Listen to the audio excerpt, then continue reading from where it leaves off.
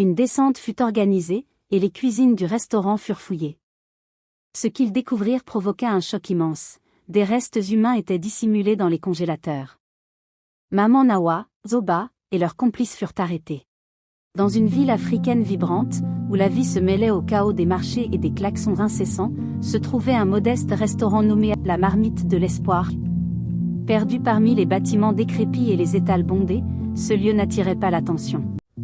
Pourtant, chaque jour, que Maman Nawa, une femme d'une quarantaine d'années, robuste et au visage marqué par la fatigue, s'y rendait dès l'aube, espérant voir ses tables se remplir. Maman Nawa n'avait pas toujours connu cette misère. Originaire d'un village paisible, elle avait grandi dans une famille où cuisiner était un art sacré. Sa mère, une cuisinière respectée, lui avait transmis des recettes traditionnelles imprégnées d'amour et de savoir-faire. Lorsque Nawa avait quitté son village pour tenter sa chance en ville, elle rêvait de prospérité. Elle voulait que son petit restaurant soit un lieu où les saveurs de son enfance réchaufferaient les cœurs. Mais la réalité urbaine était cruelle. Les citadins préféraient les fast-foods et les snacks modernes aux plats traditionnels. Les dettes s'accumulaient, les fournisseurs refusaient de lui accorder du crédit, et son restaurant se vidait de jour en jour. À chaque fin de mois, elle se retrouvait à compter ses maigres recettes, les larmes aux yeux. Un soir, alors qu'elle fermait son restaurant vide, un homme entra. Il portait une veste en cuir usé, et ses yeux sombres brillaient d'une étrange lueur. « Bonsoir, Maman Nawa » dit-il d'une voix grave. « Désolé, monsieur, nous sommes fermés, tes risques, répondit-elle. Je ne suis pas ici pour manger. Je viens avec une proposition qui pourrait changer ta vie. » Cet homme prétendait connaître un moyen de faire prospérer son restaurant.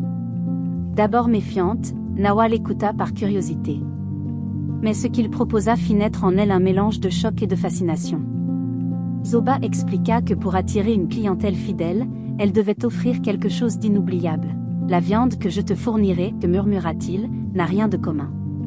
Elle possède un pouvoir. Une fois qu'on y a goûté, on ne peut plus s'en passer. » « Tu es fou. Je ne pourrais jamais faire une chose pareille, à ce que s'écria-t-elle. Réfléchis bien, tu peux rester ici, à regarder ton rêve mourir, ou saisir cette chance. Personne ne saura jamais. » Cette nuit-là, Nawa ne dormit pas. Les mots de Zoba résonnaient dans son esprit. Elle pensait à ses créanciers, à son avenir, à la honte de retourner dans son village les mains vides. À l'aube, elle prit une décision qui allait changer sa vie à jamais. Le lendemain, Zoba apporta un premier lot de cette viande interdite. Tremblante, Maman Nawa la cuisina. Elle préparait une sauce épicée, espérant dissimuler la vérité. Lorsqu'elle servit les premiers plats, les clients furent ravis. « Quel goût unique !» disait-il. En quelques jours, la réputation de son restaurant explosa. Des files d'attente se formaient devant sa porte, et Maman Nawa voyait enfin l'argent affluer. Avec ce succès, elle rénova son restaurant, investit dans des publicités, et attira une clientèle de plus en plus huppée. Mais chaque plat servi s'accompagnait d'un poids croissant sur sa conscience. Dans les quartiers pauvres, des familles commencèrent à remarquer des disparitions inquiétantes. Des nouveau-nés disparaissaient sans laisser de traces, et une atmosphère de peur s'installa. Les anciens du quartier se réunirent et alertèrent les autorités, mais les enquêtes n'aboutirent à rien. Une femme, dont le bébé avait été enlevé, était déterminée à trouver la vérité. Un jour, en mangeant au restaurant de Maman Nawa, elle sentit une odeur familière dans un plat. Le goût lui rappela celui d'un plat qu'elle préparait pour son bébé avec des épices particulières. Cette réalisation la terrifia. Tata Eba alerta les autorités traditionnelles, qui collaborèrent avec la police pour enquêter. Une descente fut organisée, et les cuisines du restaurant furent fouillées. Ce qu'ils découvrirent provoqua un choc immense. Des restes humains étaient dissimulés dans les congélateurs.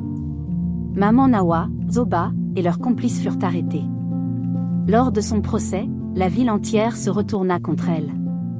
Les cris des familles en deuil résonnaient dans la salle. « Comment as-tu pu ?» Elle tenta de se défendre.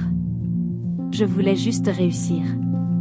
Je ne voulais pas faire de mal. » Mais ces paroles n'atteignirent personne. En plus de sa peine judiciaire, les chefs traditionnels déclarèrent que son âme était souillée. Ils organisèrent un rituel pour purifier la ville de ses actes. On dit que l'esprit des enfants sacrifiés venait hanter ces nuits, et que sa mort fut aussi lente que douloureuse. Des années après, le restaurant abandonné devint un lieu maudit.